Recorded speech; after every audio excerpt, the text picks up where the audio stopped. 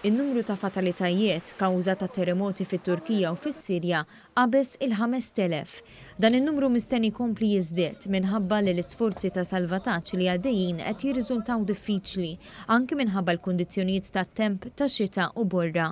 Il-ħidma ta' salvataġġ qed issir bis-sehem ta' eluf ta' uffiċjali minn diversi pajjiżi minn madwar id-dinja, fosthom anki Malta. Fil-fatt, tlieta filgħodu, 32 uffiċjal mid-Dipartiment tal-Protezzjoni Ċivili u kelb waslu Malatja fit-Turkija biex jgħinu fl-isforzi li qed isiru bit-tama li jinstabu aktar nies ħajjin qalb it-tifrik. Fuq il-paġna ta' Facebook tad-Dipartiment ġew pubblikati ritratti tal-ħidma li qed isir mill-uffiċjali Maltin fit-Turkija f'żona fejn iġġarfet lukanda. F'dan il-każ 120 persuna kienu rrappurtati nieqsa u l-uffiċjali Maltin qegħdin f'kuntatt ma' mill-inqas 8 persuni maqbuda taħt it-tifrik. Din hija l-ewwel darba li uffiċjali mid-Dipartiment tal-Protezzjoni Ċivili marru f'operazzjoni barra l-pajjiż biex isalvaw lin-nies. Pajjiżna se jkun qed jipprovdi anke għajnuna finanzjarja lit-Turkija. Qabel ħallew Malta fuq titjira lejn Elazig it-tnejn filgħaxija, propju ftit tas-sigħat biss wara li seħħew it-terremoti, id-direttur tal-operazzjonijiet tad-Dipartiment tal-Protezzjoni Ċivili Peter Paul Colejro afferma r-rieda u l-kuraġġ ta' dawn l-uffiċjali biex isalvaw il-ħajjiet. Dan huwa t-tim ta' 32 persuna plus kelb tal-Protezzjoni Ċivili li se jerġgħu għat-Turkija biex jgħin salva n-nies minn taħt it-tifrik u għamar bl-aħjar għodda li għandha protezzjoni ċivili u fl-istess ħin għandna għodda biżżejjed biex għala xi ħaġa ġewwa Malta nistgħu nkomplu għaddejjin.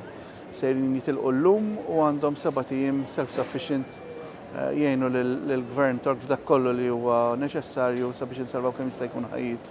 Kmieni filgħodu Istanbul batet xejn inqas minn 13,000 ħaddiem ta' salvataġġ fil-provinċja ta' Hatay li sofrit l-aktar fl-aħħar sigħat. L-ewwel terremot b'qawwa ta' 7.8 fuq l-iskala Richter eżżes l-inħawi ta' Gaziantep fis-sigħat bikrin ta' 2 filgħodu, meta n-nies kienu għadhom reqdin. Ftit ta' sigħat wara seħħ terremot ieħor b'qawwa ta' 7.5.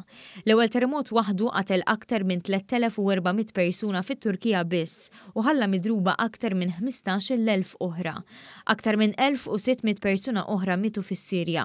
Il-ħaddiema ta' salvataġġ għaddejjin biġlida kontra l-ħin biex isalvaw lin-nies li nqabdu fit-tifrik. Madwar 70 pajjiż minn madwar id-dinja qed jagħtu semhom wara li t-Turkija anke ħarġet appell internazzjonali għall-għajnuna. Filmati juru eluf ta' nies li mill-ewwel offrew li tajnuna tagħhom u qed jgħinu kif jistgħu.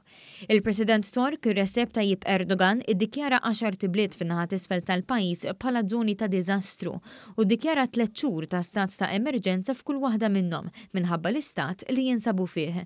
Ġurnalisti Torok qed ikunu rapportati jgħidu li n-nies maqbuda taħt it-tifrik qed jibatulhom filmati u noti bil-vuċi biex jinfurmawhom bil-post eżatt fejn jinsabu. Tul il-jum ġew pubblikati diversi filmati li juru l-ħidma ta' salvataġġ li qed issir, fosthom anki mumenti emozzjonanti ta' tfal ċkejknin jiġu salvati. حكي يا بابا الحمد لله على السلامة يا عمو الحمد لله على السلامة يا عمو الله أكبر ما شاء الله. Il-ħidma ta' salvataġġ se tkompli. Iżda tbassir tat-temp għal matul il-lejl ġej ta' aktar borra u kes ħafina mhux qed jagħti wisq tama li jinstabu wisq aktar nies ħajjin.